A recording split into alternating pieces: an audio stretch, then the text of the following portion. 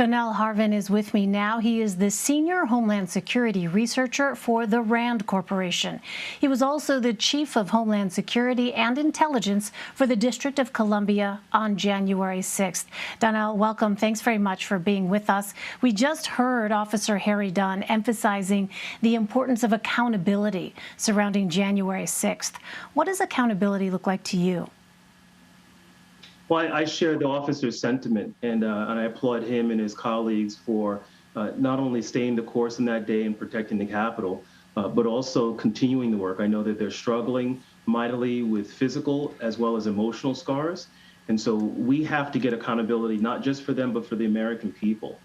For me, accountability is allowing the Select Committee to continue to do their job. As he mentioned, every rock or every stone they turn over, something slithers out from underneath it.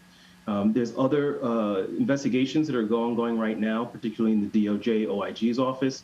And so hopefully we'll have some idea about what happened on that day, because it's still not clear to me, and I was in a leadership position during that time.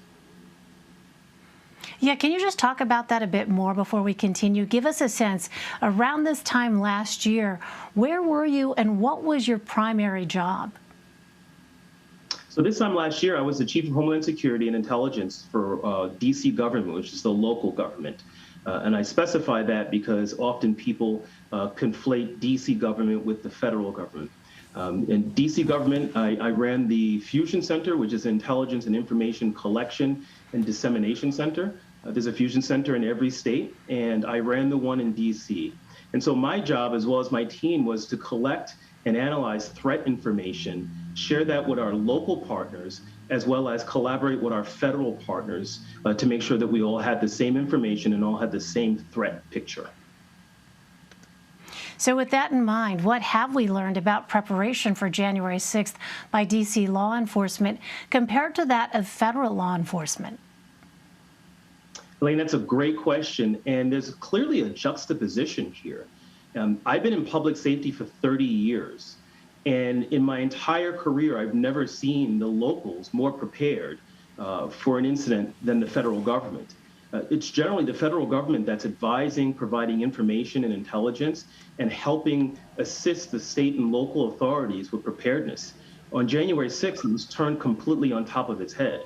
And so it's clear that the information that me and my team were gathering was taken seriously by our leadership in DC government.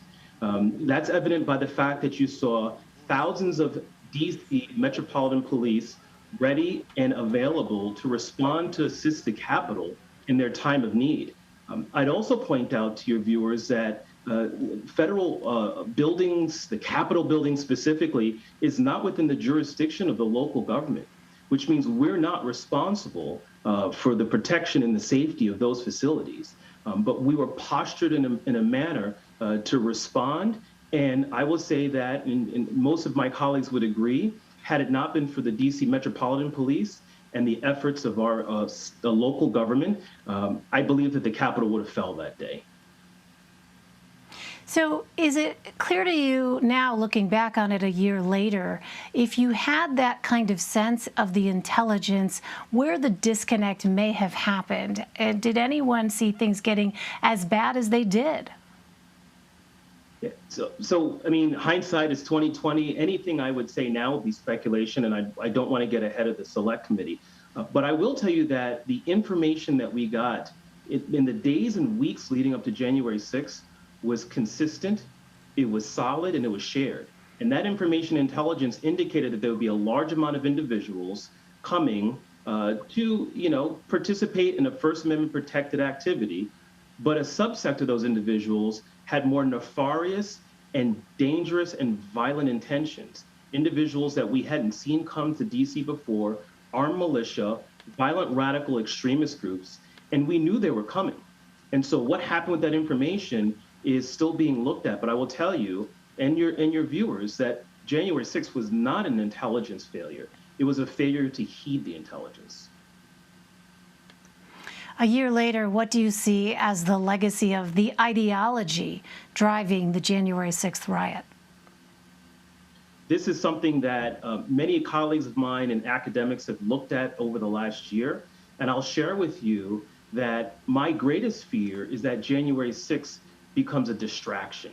And the reason why I say that is that we almost need to leave January 6th in our rearview mirror.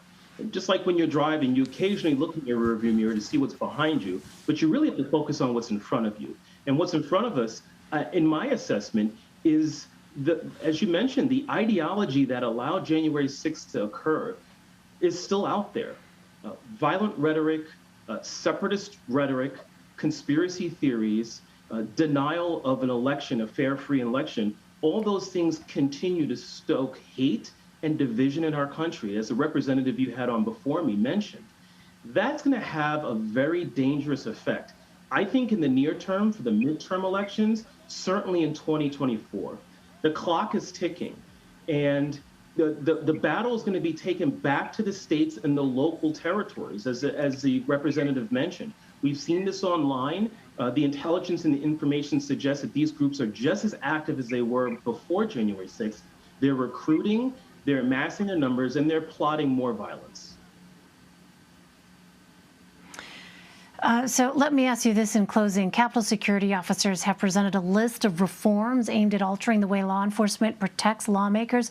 What do you make of those proposed changes? And do you think the country is better off today than a year ago with respect to the kinds of threats you're talking about?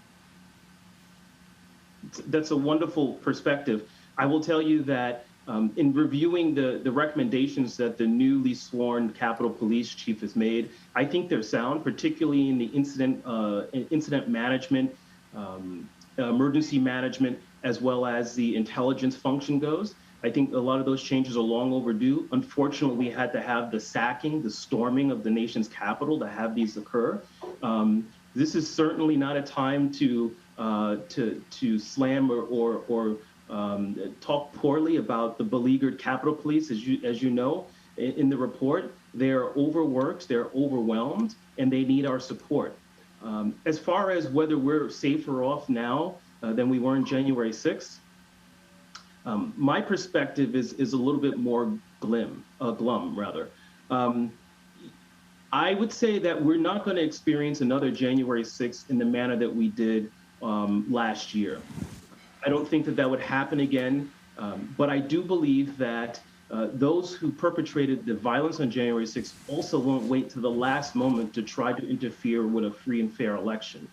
What they will do, in my assessment and many other Homeland Security professionals' assessment, is that they'll try to attack the election process earlier on in the election process by showing up at polls with arms, creating tension, perhaps even creating interpersonal violence, stopping people from voting, and as we've seen in the last year, intimidating election officials, threatening election officials.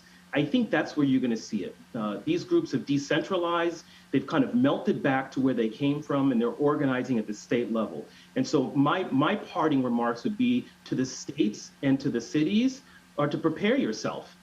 Because the violence is coming to your neighborhood. These individuals are our neighbors. They're not from the foreign fighters from overseas, so we can't get rid of them.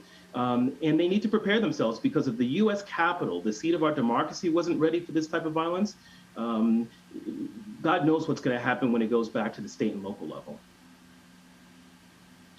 A sobering picture you're painting, Donell Harvin. Thanks very much for sharing your insight with us. Thank you for having me.